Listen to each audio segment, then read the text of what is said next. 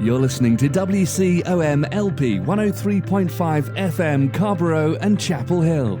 It's a Tuesday, it's 5 o'clock, and that only means one thing. It's time for another round of Snarky Faith with your host, Stuart Deloney. This is a space where we irreverently wrestle through life, culture, and spirituality, all with our heads in the clouds, our tongues in our cheeks, our hearts in our sleeves, and our feet on the ground. At Snarky Faith, the questions or even the answers are never the point. It's all about the conversation. So here's your host, Stuart Deloney. Well, good afternoon and welcome to another round of Snarky Faith Radio. I'm your host, Stuart Deloney, and joining me as always as my trusted co-host, Ben, Triplet Ben. We've talked about this on the show before, and I don't think it's any secret that you have fatherhood looming in the future. Mm-hmm. What is one huge question that you have about fatherhood? How do I do it? How do you do it? Give me a rule book. A rule book. Well, play by play. The book that you need to read actually is best handled with a glass of whiskey.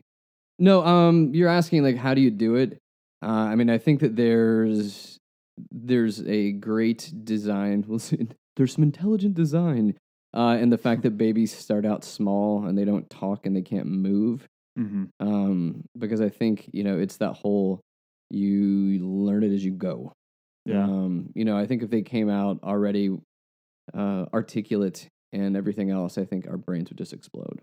Mm-hmm. No, I don't know. I mean, I think that really just be true to who you and your wife are. And I think that, I think that just being who you guys are will end up molding that child, hopefully, into a pretty sweet, cool kid in the process. So. And I've heard probably one of the most important things is just being able to kind of forgive yourself and already accept that you're going to make mistakes. And I think at least parents who care really are hard on themselves about, well, I didn't do this right, or you're just scared that any little kind of move or anything is going to, have this indelible mark on your child. And again, these are the parents who care.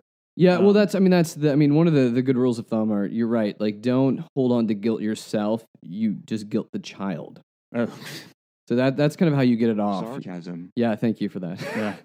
And it's interesting because even sometimes, like, I think about kind of doing the show, and one of the scary things about recording and putting things on the internet is it's like you in a moment of time forever. That's true. Ever. Ever. That's why I've actually never really wanted to write a book, because I feel like, once that freeze frame happens in time, it's almost like you can't progress beyond that. I mean, you can, but a lot of times people will hold you to that standard with where you were at, as if I were to read a book. I don't think anyone would hold me to any kind of standard, because that would require people reading it and it being beloved.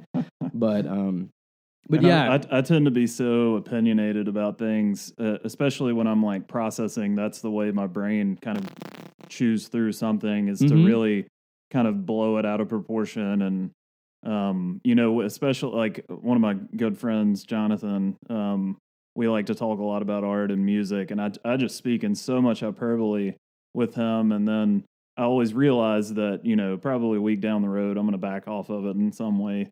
And he's always a nice balance to me to sort of push me back. So I think, and it's tough when you meet people that don't know you and don't know that you process in that way, that they sort of take that hyperbole and they're like, wow, like really, like everything, or it's the most whatever, really. But I don't know. Some people like process in that way. Some people, which is a good transition to what we're talking about, people that process in hyperbole. Running for president now. I mean, I think that there is a lot of. Well, you're right. I mean, it's really funny watching the Don go through this, because I think half the time he's just processing out loud. He's working it out. And he really does. I mean, gosh, I like intentionally I don't watch debates normally, and I don't kind of buy into I don't really pay attention to the commercials and things like that this time of year. I usually try to read more than I listen to people's speeches, because so much of it is usually crafted beforehand and it's written by other people, and it's not, I don't think it's a very true reflection of what that person thinks, especially now that there are cameras on all the time. But just watching some John Oliver recently and actually listening to what Donald Trump's saying in the moment, I'm like, good gracious. I mean, he really does. He really overstates everything he says. Yeah, I'm saying he just lacks that normal filter, where like that just not to speak everything that's like on top of your head. Yeah. That thing's gone. Or maybe it was never there. Right. It's I don't know. And I try to be sympathetic towards everything, but it's after a while I'm like, gosh, does everything have to be sort of like blown all the way to like you? And John Oliver makes the point that he's all about winning, and he always talks about how he's the best and he wins and da da da da da. What's going to happen if he loses? Which there's a very good chance of that right now.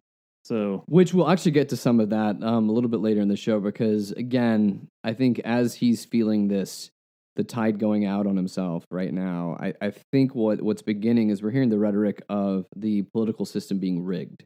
Mm-hmm. You know what I mean? So if you're going to lose, you at least, well, think about this. I mean, I was cheated. Yeah, think about football season coming up. Or actually any sports, but everything and I guess the way that we perceive it, the way that sports writers write about it, everything comes down to one play. Mm-hmm. You know what I mean? Oh, like yeah, it'll be absolutely. it'll be the Hail Mary at the end that wins it and seals everything else. But what people don't realize, because we just don't want to think about it, I think, is that there's like the whole rest of the game. Mm-hmm. That's going on. That should your team have been in a position to where they had to try some sort of a desperate prayer at the end of the game. I don't know. I think that we just tend to focus on this one part of it, mm-hmm. and not the entirety of the whole thing.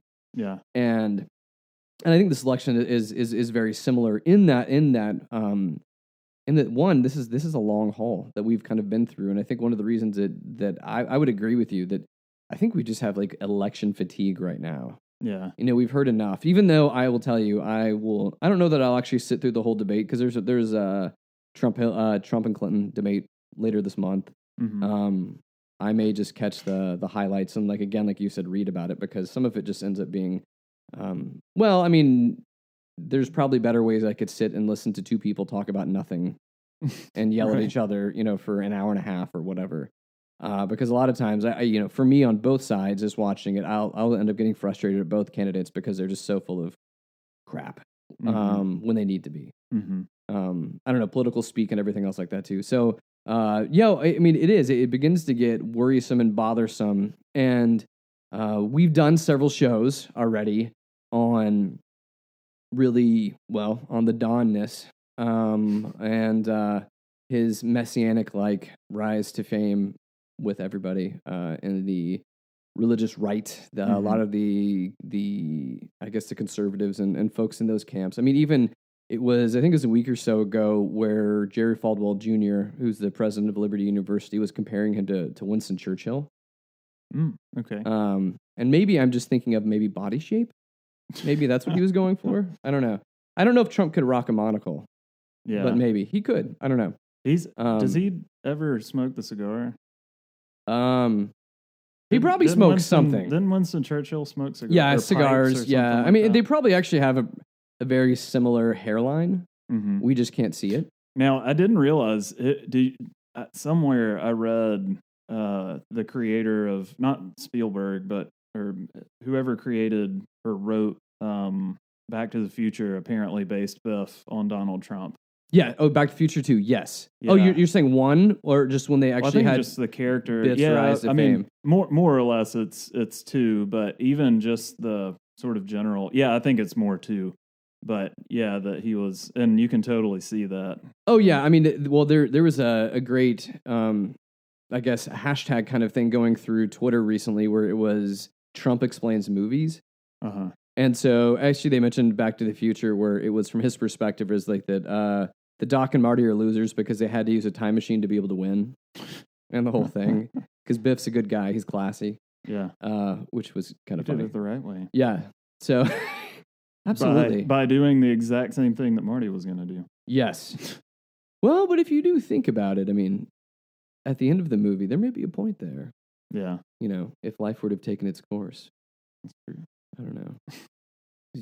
Dang Marty and Doc messing with me. No, but beginning to look at this, and so I guess the way I wanted the flow of this conversation to go is that we'll kind of start off really deconstructing. We've kind of done this before, but I think just hammering this home, and I think this will probably be the final time we kind of hit on a topic directly, like, really just being able to contrast Donald with his followers and the folks, mainly a lot of his followers, being people that would profess to say that they are Christians, that they follow after Jesus, they believe Jesus is the Son of God, the Messiah, and they believe, since they believe in him, that they're going to heaven type of a situation. But there's a huge discrepancy between what their orange Messiah says and their bearded Jewish first century Messiah would say. You know, the contrast between that. And then I think we wanted to go into a little bit talking more about, because again, we're at a stage where voter apathy is huge. And when they've done polling, mainly both sides are just voting against the other side's candidate. Mm-hmm. You know, they're not voting for anybody. Where this is one of those weird elections where there's nobody that we like. And so we'll pose the question, you know, why would it be okay to vote for a third party? Because, you know, so often we've heard that it's not, like you're wasting your vote. And then I think that you brought something to my attention too, is a really interesting article about talking about how the our election cycle, our election system is rigged, but not in the way that Donald likes to talk about it being rigged. Mm-hmm. Which is rigged against him. Yes. Well, I mean, that's any bully. Right, you know what I mean? Right. Like, you know, I mean, that's any bully's perspective is if it's not going your way, someone must be cheating. Even though, and given a different situation, if they could cheat to get ahead, they absolutely would. Yeah. And even though we have talked about Donald Trump before, I think this particular perspective kind of taps into something that has existed pre-Donald Trump in evangelical Christianity, just this sort of longing for like simpler times. And there's, you know, I think not just within conservative Christianity, but within conservatism in general, there's a strong pull of nostalgia. And I think that is a huge motivation in conservative sort of thought that, you know, there was a time where things were better.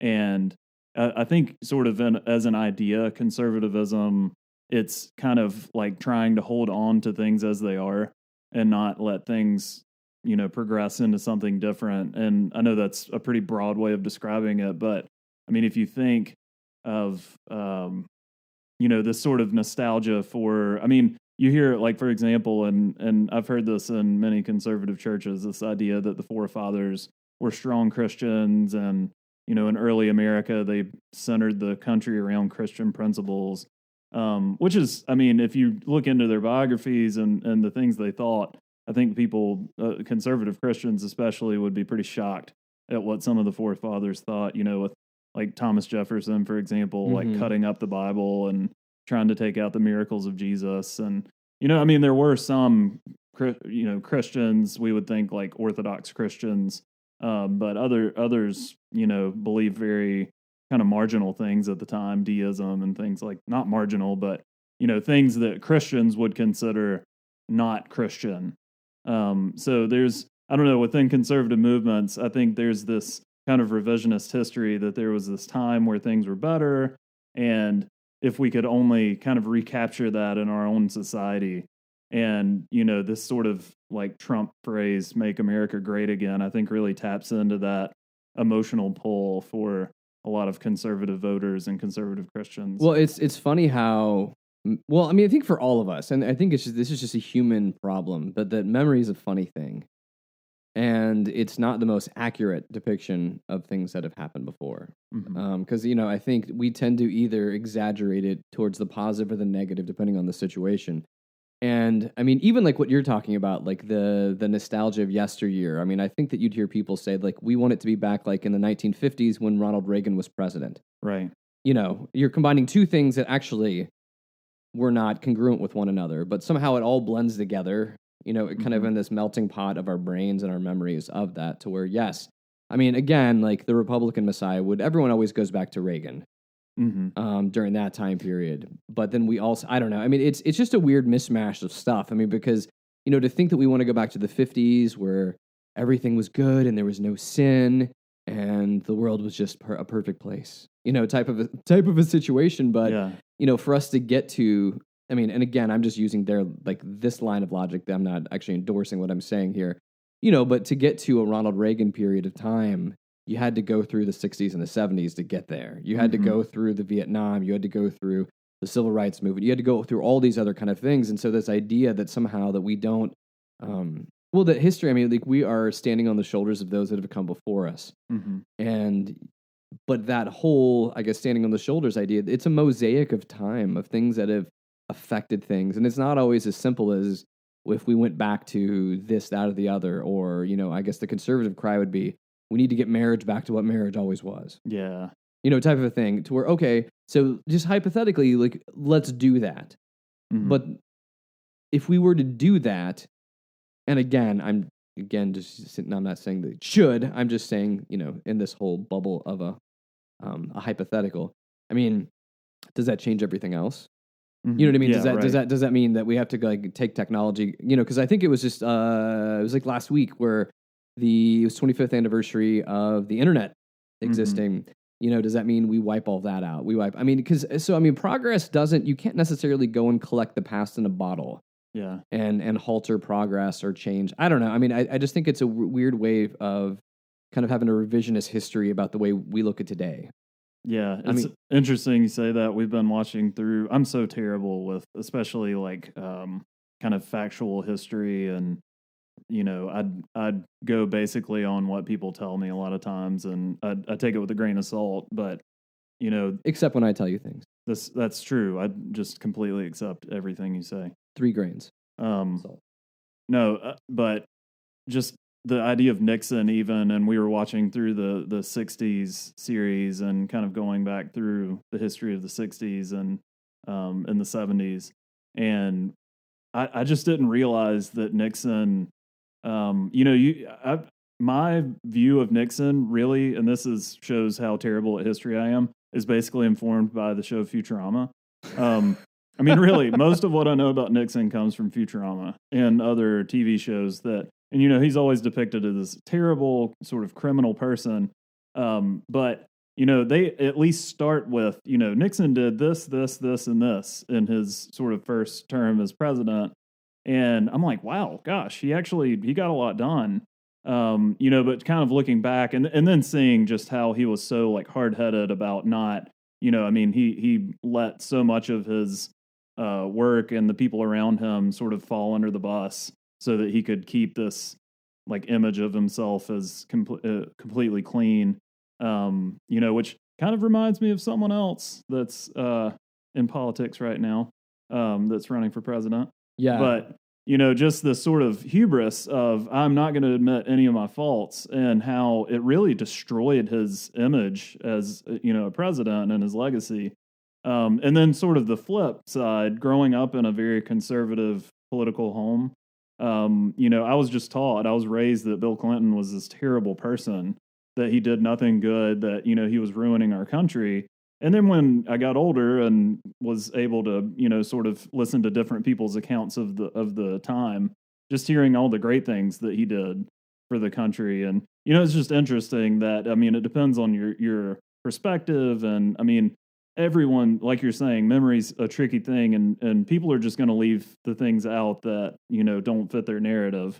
Maybe not consciously, but, we're all shaping history in one way or another in our minds. And I think it's better to kind of take those things with a grain of salt and not sort of yearn for something that never existed. Well, with Nixon, though, you have to give him at least some props for the fact that he deputized Elvis.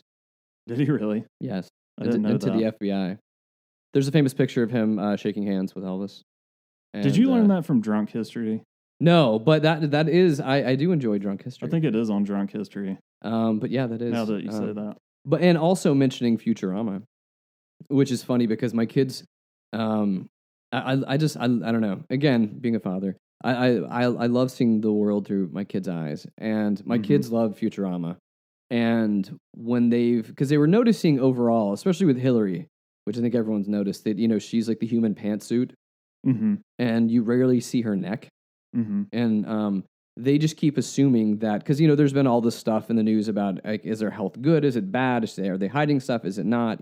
Right. And they were just assuming that it's much like Futurama, that really all that is there is Hillary's brain. Her head. Yeah, just on top of this like a mechanical animatronic. body. Yeah. So once they pointed that out, I was like, oh my gosh, I can't unsee this now. Yeah. Like when I see her walking around, I was just like, oh gosh, is there something to this? Right. Well, I think, and that raises interesting questions to me, like hearing this in the media. That so we're not okay with people with disabilities, being our president, which raises all sorts of new questions. But which is funny because a lot of that, again, just the way it's structured, the attack's coming from the right onto Hillary's health. But if they're worried about, again, let's go back to the Republican Messiah, which would be Reagan, whose second term he was pretty much senile the entire time through. Yeah. So I don't know. That's it's just funny how we'll hold to a certain standard when it benefits us, and when it doesn't, we just throw it out or act like it's not there. Right. Type of a thing. And I think I think going through this, like what we're talking about, I like how you said, like the whole concept of making America great again. It raises a lot of questions. Like, what do you mean again? Or is America not great now? Or does America need to be great again? And I think that one of the things that we try to do here is really, and I don't know that anyone really is ever listening that that would be the people that we're trying to kind of splash cold water onto their beliefs. Because that's, typically those folks that would turn into it. Though I will tell you, during this political cycle, I have been listening to conservative talk radio. It is amusing and it is maddening all at the same time. No, but being able to say this, especially when we have like the religious right that is gone all in, or a lot of them, not all, have gone all in on with Trump and this idea of making things great again. And then when you begin to kind of parallel them and lay them side by side with Jesus, asking those questions of, well, what would, how would Jesus define great? Or the questions like you mentioned earlier when people say, oh, we were founded as a Christian nation. Okay, we can argue that all day long, but, what would a Christian nation today look like? What would a nation founded like on, even moving forward, not founded, but, a nation run on like the principles and teachings of Jesus? How would that look? Let's make Israel great again. We could. Was that Jesus's? That's exactly is what it was. But no, but you're right. But looking at that, I think that we don't ever, we like to hearken back again because it's easy, mainly just because we can pick and choose the facts that we wanted to when we hearken back to stuff. Yeah. But on the flip side, then saying, okay, that's fine. If we really are going to, and again, I think most of this conversation we're having here is not even really our own personal opinions. It's really just based upon like hypotheticals and what we're talking through. Yeah. So I'm not saying that I want that we need somebody that is a huge Bible thumper as a president of the United States or anything else like that. But, if we were to begin to look at some of the principles, that we have of Christ, I think his version of what greatness is very different than Trump's. And so then it's an interesting thing when you're trying to make these weird bedfellows of politics and religion together. Right. And they don't work out. It becomes like you end up having some sort of a weird hybrid spawn that once it happens, like in any kind of sci-fi thing, you're just like, we just need to kill it. And the relevance here is that I think,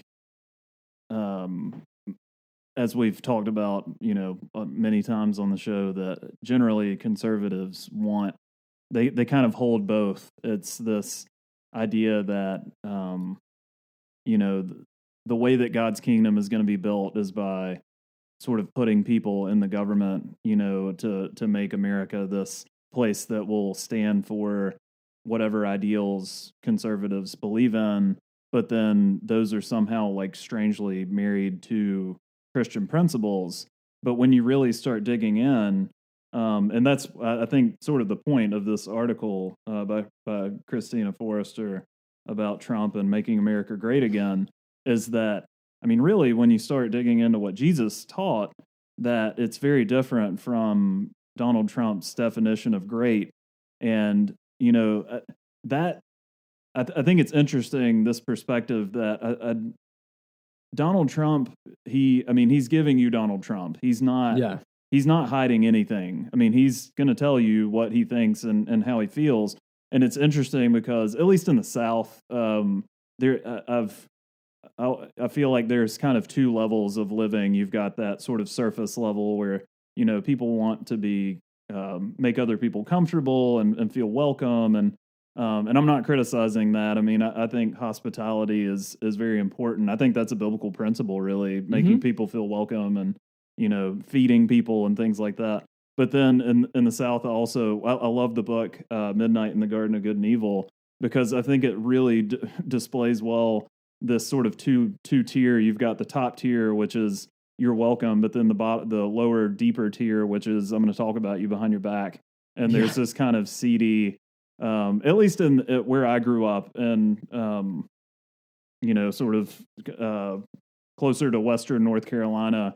They won't, it won't be told to your face. It will be told behind your back.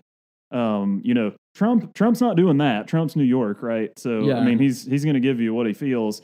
But I think conservative Christians or conservative political people are still trying to maintain that like two-tier thing. And what Donald Trump is doing is really exploding it, because he's Trump. He's going to say whatever he thinks. And so for him, great is powerful, great is rich, great is, this and that. And I think if you really dig into what Jesus taught, it's very contrary to that notion of great, where, if you want to get into like conservative principles, this idea that you don't want to tax the rich because of like trickle-down economics or whatever sort of principle that they'll be able to create more jobs and things like that. But Jesus didn't see the world in that way. He didn't think, and I think really in Judaism as a whole, the system doesn't really support the idea that wealth belongs to like one or two people who will create wealth for others. Wealth is very much, and this is this isn't Marx talking, this is Jesus. These are the early Christians talking, that, God provides stuff, and then that stuff is meant to be for everyone. So if you read like the story of Naboth's vineyard, and I'm not thinking of the guy's name. It's Jezebel's husband. Mm-hmm. Ahab? Is that? No, that's not right. Anyway, so he goes and takes a vineyard. He takes Naboth's vineyard, and he's cursed for that. Were you laughing? No. Oh, okay. I can't see you beyond my little like shield here. I'm just giggling. Yeah. But he takes this guy's vineyard, and the vineyard really represents God's sort of providence. It's, the land was something that was given to you as a blessing, and you worked it, and it was sort of it was your blessing in that you got food and stuff from it, but it was also like your identity, and it was your family inheritance. And those things are really important. You also like shared with other people in the tribe, or you shared with other people around you. And I don't know, it was a very like physical, tangible sort of material representation of something that's become very abstract now, and like money and stuff like that. But I just, Jesus is like from that worldview. He's from that system where, God's blessings come down to everyone, and they're meant for everyone. And yet, sort of conservative political thought is, I think it's okay with, like, let's give breaks to lesser people so that they can make more opportunity for everyone. Well, and you were kind of getting on this, and I think this is where a lot of times we go wrong. When you begin to try to put together this, I guess, a religious ideology versus a political ideology. And it's not like, I think that we're assuming it's like we're comparing apples to apples because they're both ideologies, mm-hmm. but I think it ends up being something like, I don't know, it's not even apples and oranges, it's like apples and unicorns or something. Mm-hmm. They just don't even go together at all, because, I think the genius of what Jesus was laying out in this idea of the kingdom of God, especially when he's doing this, like in the shadow of the Roman Empire, mm-hmm. Which what I would also say is much more like make America great again. We might as well say make Rome great again type of a situation. Mm-hmm. But really the way of life that he was laying out for these people was something that you really can't squash. You know what I mean? Like it's an idea. And I think that idea was really dangerous when you're coming up against an empire like Rome that is very much brute force. It is brick and mortar. It is a very solid, tangible, here's where it is. Mm-hmm. And then you have this idea that, one, that we're supposed to elevate those that are suffering or those that are less than in culture. Mm-hmm. And we begin to have these other ideas because you don't squash ideas in that way. You know what I mean? Like this is a weird thing that comes up against Rome, because again, Rome knows how to take care of its enemies. You just go and you crush them, or you go and you adopt certain parts of which is kind of what they eventually. I guess they hamstrung Christianity in a certain sense by kind of taking on parts of it and blending it together. But really, just I think the whole like thrust of what Jesus was going after was something that is founded on action, and it's founded on love, and is founded in a sense that is interpersonal, that you have between people. And so I think that kind of a thing is far more dangerous than anything that we can put together brick and mortar. And when you begin to look at the way that Trump is trying to go out and do stuff, it's not really with any kind of principle of love behind any of it. It's really that thing of how do we maintain power? How do we get more power? And how do we make sure that we silence the voices of those that are less than in this? And, I think that in many ways you can say that that's, and I guess we've said this before in so many ways. I just don't see how you can kind of hitch your cart to this if you're going to say that you are a follower of Jesus. Yeah, and like the notion of great. I really love in this article how she's kind of questioning like what does Trump mean by that when he says "Make America Great Again"? And he's pretty clear. It's winning. It's not losing. It's like owning as much as possible. Or when you come up in a conflict, you're the winner. You're the victor. You're the sort of master of your world. And how contrary that runs to Jesus. But again, going back to this idea that I think in conservatism, you want to sort of mask what great means. So great means I win, but I win and it'll make everyone win. Yeah. I don't know that Trump, there's definitely, I think he's trying to sort of toe the party line with this, when I win, everyone wins kind of thing, because it's making America great again. But I think for conservatives, even that's a little too brash because we don't want to, you don't want to be on the nose in that when I win, I win. And that's that's basically what Trump's going to say. I win. And for Jesus, he's coming out and saying the exact opposite. So in the article, the author cites Mark chapter 10, verses 35 and 45. That's the story of two of the followers of Jesus who are brothers, and it's kind of strange. They get their mother like sneaks up to Jesus, I think, and tries to say, can they have basically the most powerful seat next to yours? Once the kingdom happens. Yeah, when the kingdom is established. And at this point, they're not thinking like metaphorical kingdom. They're thinking, literally, there's going to be a kingdom. There's going to be seats. And they should, they're with you. They're following you. They've been there the whole time. Do you mind if they have some really powerful seats in your kingdom? And Jesus flips it on its head and says, the most powerful seats are the least. They would be the ones like, by the door helping people in or washing their feet, and then take that and think, would you ever hear that coming out of Trump's mouth? Yeah. Really, and then start digging down beneath the pretense of kind of rhetoric. And let's be real, on Democratic or Republican side, are either sides kind of saying that at that point in politics that, and I'm saying, so we've been talking about Trump's phrase, "Make America Great." Well, I'm thinking also about like Hillary's "It's my turn." And I don't know if that's ever been like officially a motto, but I've heard her say it. It's my turn now. Which actually sounds like a kid. You know what I mean? A little kid, like, it's my turn now. Yeah, absolutely. It's very, I don't know, and that too. And she, she's a Methodist, so she claims Christianity is her religion. And I don't think that's very Jesus-like either.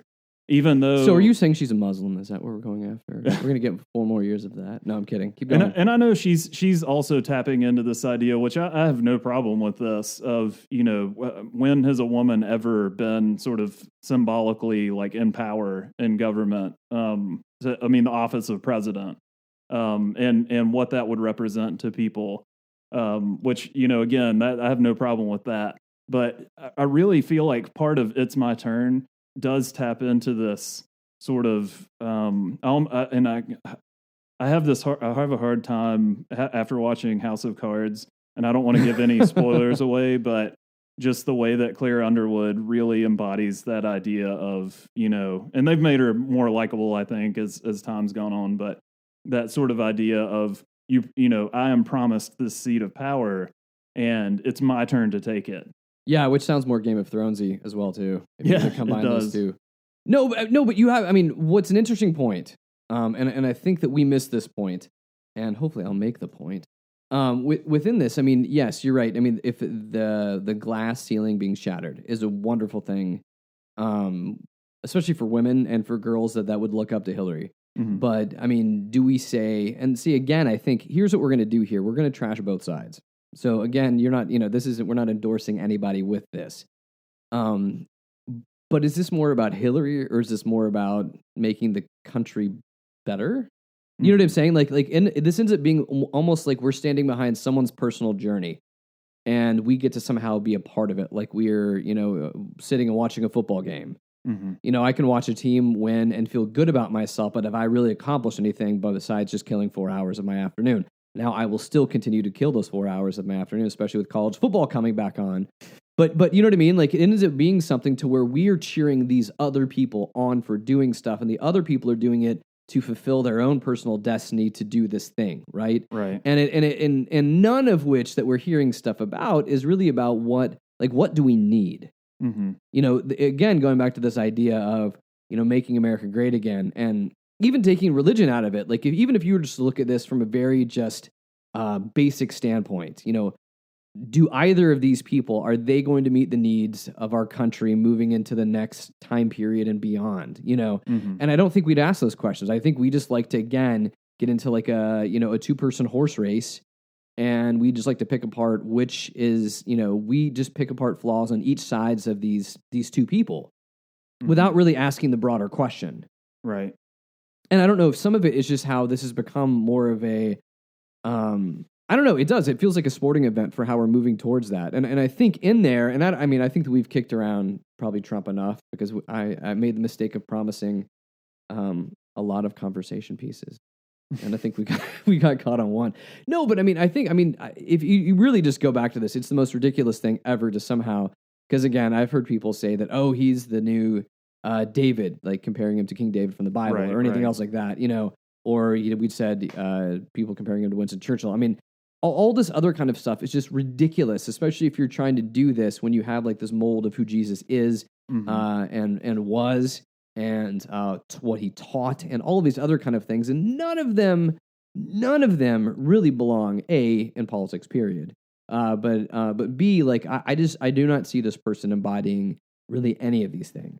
Yeah, and you're kind of bringing up this point. Just I wanted to reiterate, like when I'm making my criticisms, it's not aimed towards any sort of like group other than Christians, and especially just because I think Christians, because like kind of the point you're making, that I mean the government and religion have been just sort of like mishmashed, especially in the United States, that people just tend to conflate their religion with, I would even say, like on the Democratic side, there is a lot of moral conflation with, voting Democrat means I'm making a moral vote. If I were to vote Republican, that would be immoral. So I'm going to vote, Democrat.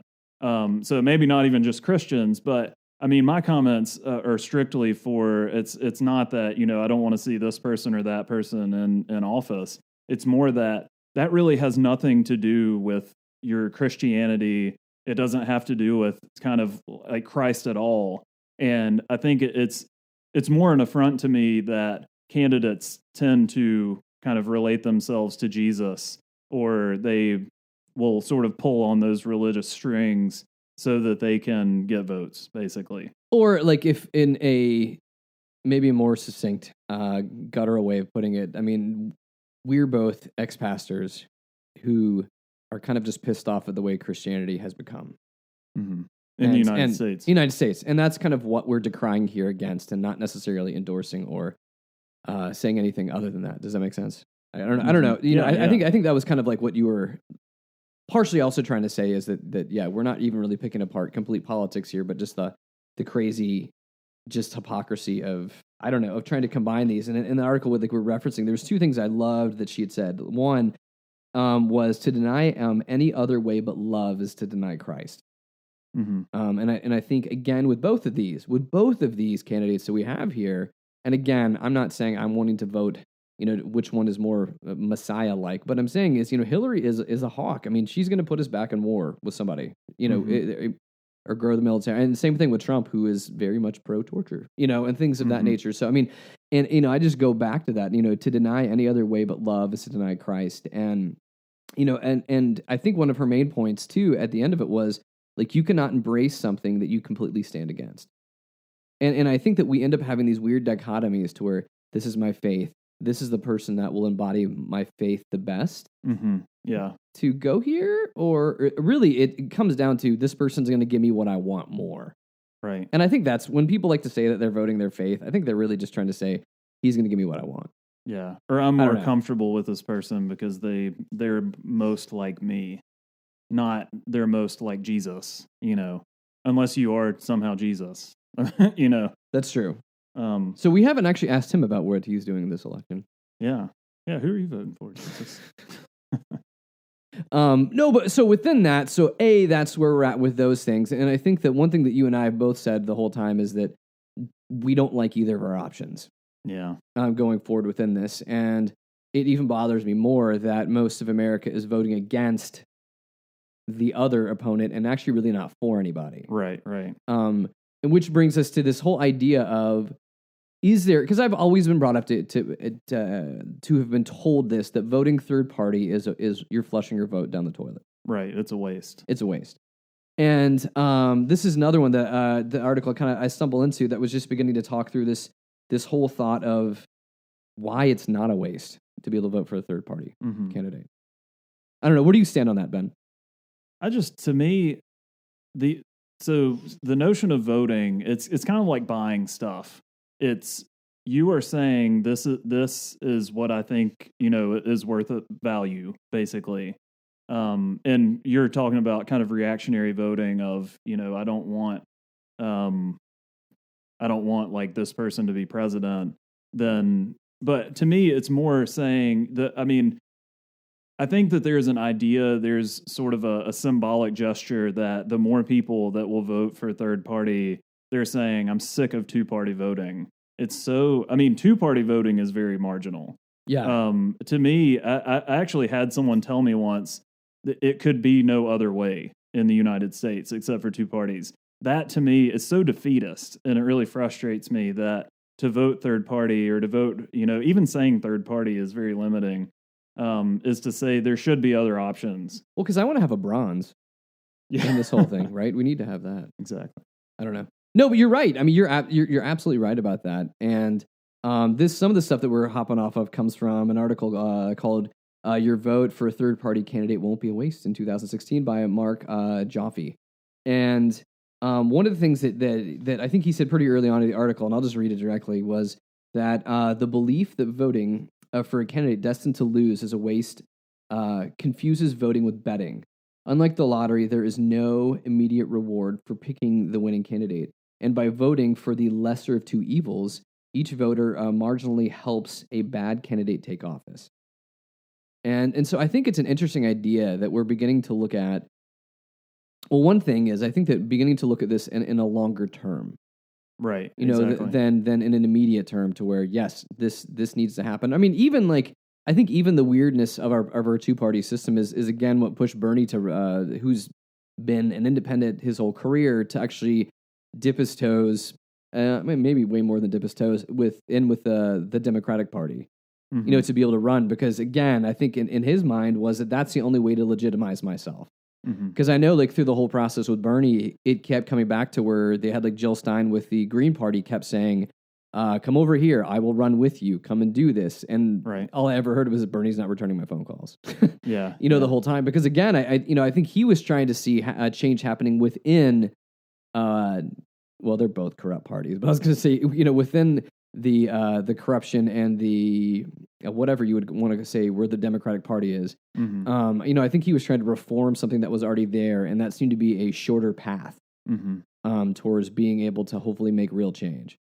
And I think, just thinking in general about the two-party system, I've read some non-conspiratorial books. I mean, these things have actual, like, stories of voting and, like, Congress and things like that really reflect, it's more like one party. I mean, a lot of, I think behind the scenes where actual things happen, a lot of times there's much more, there's much more hand holding and back patting and stuff like that than we think, because it keeps people in their seats. And, they're making money. There's like a really rich, complex system of people with jobs, and they want to keep their jobs. So, they don't want to destroy themselves by, like, letting in too many marginal ideas. So, I mean, really, when you think about it, even though it looks like there are two parties, I mean, there's kind of like one party. They're partying together. Well, and I remember this, and this is kind of, I don't know if it's just pulling us too far back into the religious thing, but I remember this is years ago. I read an article, and it was by author Mike Yaconelli, and it was an essay that was entitled "How to Get Fired for the Glory of God." And so his whole premise was, if you as like a pastor, if you begin to do ministry the way Jesus did it, with the ideals that Jesus did it, and you started doing these things, you were gonna get fired. And so it's much of like what you're saying here is that you end up being stuck in a system. You end up being stuck in a place that, hey, if it's your livelihood, if it's you trying to pay the bills, if it's you trying to get ahead in the world, again, I guess we keep all going back to this, but it ends up being all about, it's a very selfish process. Yeah, it's survival. Yes. Right. And it's not really anymore about the greater good, especially with all of the corporate lobbying and everything else that we have going on here. It feels like it's less and less about us, the people, anymore, and really it's about what happens behind closed doors. I mean, we've seen that with a lot of the WikiLeaks that happen with the DNC and everything else that goes on back there. And I would be just assured that if there was a WikiLeaks of the RNC, it would be just as bad. Mm-hmm. You know what I mean? Like, it's easy to demonize one, but I think anytime you like pull the rock up and look underneath it, there's a whole lot of stuff going on down there that you probably didn't want to see. Right. And ignorance is bliss, oftentimes. Yeah. But the theoretical soil of capitalism is survival. I mean, without that notion that every individual is out to get every other individual, and you've got to look out for number one. It's not just Republicans, it's Democrats. If you're buying into kind of a capitalist system, you're buying into that idea that, everyone's out for themselves. That at its sort of basis notion, Jesus taught the opposite. Yeah. He taught not survival. He taught selflessness and giving, and just, I just don't see how the Christian worldview can really coexist with this sort of, at its base, like, I'm looking out for number one. Yeah. But I'm just trying to, and I don't know if I made those illusions hard enough earlier, but it works the exact same thing. The way, and we've talked about this on other ones, but where the idea of capitalism, consumerism has really overrun the church to where it functions just like everything else. Like other businesses, everything else. And it's really about, we end up having a system where whoever that person in charge is, they want to stay in charge for as long as they can, because it's not about the greater good of the people. It's really just about, again, either how do you continue to climb higher up that metaphorical ladder towards success, or just continue just to amass things around yourself with that. And so, I think that we see the same thing happening. Again, I think politics are, and this may sound stupid, but politics are a product of our culture. Mm-hmm. And I think that for us even to go back, like you mentioned this way earlier in the show, that the idea that, and everyone loves to say this, that the founding fathers created all this on Christian principles and everything else too.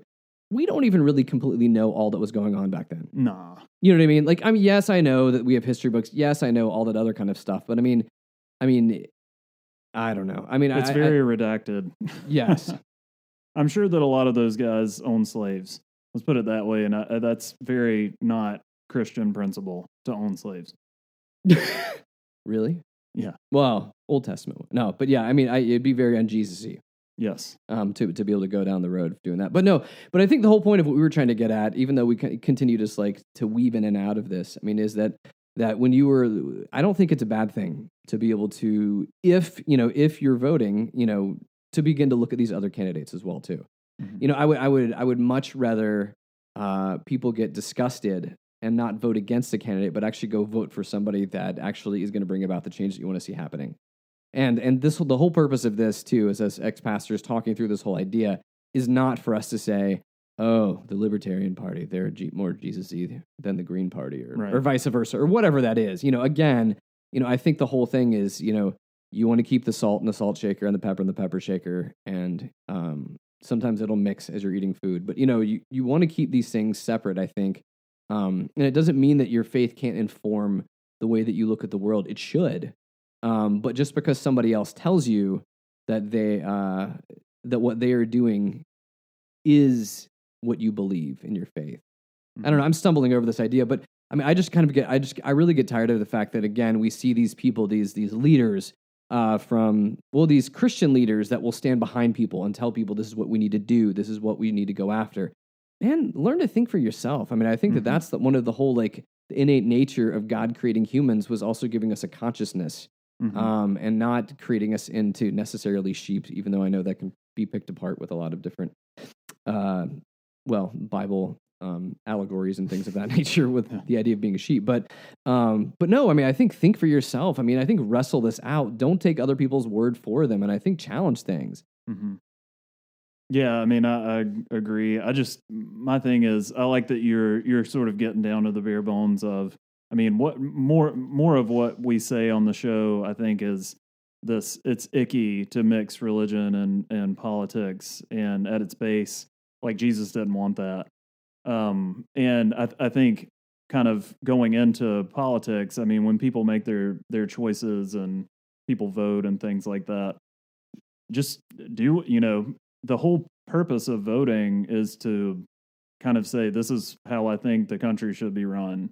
And I think it's, it's just as bullyish, or is that a word? Bullyish? Sure, it is now. Bullying. I mean, it's bullish. Just as manipulative I think the conservative party, the Republicans, get kind of decried for saying, if you're a Christian, you should vote for Republicans, that sort of stuff. I think it's also manipulative for people to say, if you vote for a third party, we could have Trump as president. Oh no. I mean, that's manipulative too. Yeah. Because people, I mean, they have reasons for wanting to vote. They're tired of seeing sort of the status quo. And just on a political level, I don't know enough to have really an informed opinion about how these things like progress and change and all that sort of stuff. But kind of on a Christian level, that's just something different. And that, like you said, I mean, that informs your worldview. But don't let that kind of manipulate how you vote. And also that sort of moralizing talk about you should or shouldn't do this when you're voting. I mean, it's the same thing. That should not inform how people are voting. And also, especially when pastors are telling people how to vote, that's a huge violation of their 501c3 nonprofit status. Yeah, so, that's true. I mean, it is. Every time I hear that these kind of things come out of people's mouths, especially like from pulpits, I'm always like, yeah. You've got to pay taxes now, buddy. Yeah. I mean, that's fine. Yeah. If you want to turn this into a political organization, just rock it out that way. I mean, but just own what you are in that. And so lastly, I know we had promised a little bit talking about this, the election system being rigged, but not in the way that we think it is. Mm-hmm. So Ben, can you give me a 30-second synopsis of that? And then we will kind of go to closing ideas. Oh my goodness. I don't think I can do it in 30 seconds. It's just the idea 45. that, so like primaries, for example. I think basically in the article, he's saying things like straight ticket voting, primaries, the way that Congress is set up, sort of the way that like zones of voting are set up, and the sort of emotions that go behind voting, all of those things, they kind of rig us into having to have a two-party system. So in I guess, especially what he was saying in there is that we are more the problem than actually the system and the stuff that may be going behind the scenes. Yeah, and just the idea that a two-party system itself is rigged. Yeah. That in and of itself is, quote unquote, not fair, because that's what rigged means, not fair. So, I mean, a two-party system really is not fair because the way we've set our country up forces people to vote for one person or another. So we're essentially just enablers. Sort of the problem. So yeah. All right. Well, we never have enough time, do we? No. As we get to the end of this broadcast, just a reminder that you can catch us on podcast at www.snarkyfaith.com. We are on Twitter. We are on Facebook. Just look up Snarky Faith, and we will catch you again next week. We are out of here. WCOM is listener-supported community radio, and Snarky Faith is only possible through our sponsors. Aqueduct Conference Centre was established in 1978 as a peaceful destination for small group meetings, special events, conferences, retreats, and weddings. For more information, go to www.aqueductcc.com. We are also sponsored by Lumen. Lumen, a spiritual community of seekers, sojourners, question askers, doubters, and skeptics, is a collective of fellow travelers that embrace the truth that all life is sacred, hope is real, and tomorrow can be better than today. All are welcome. You can find more information at www.lumencommunities.com.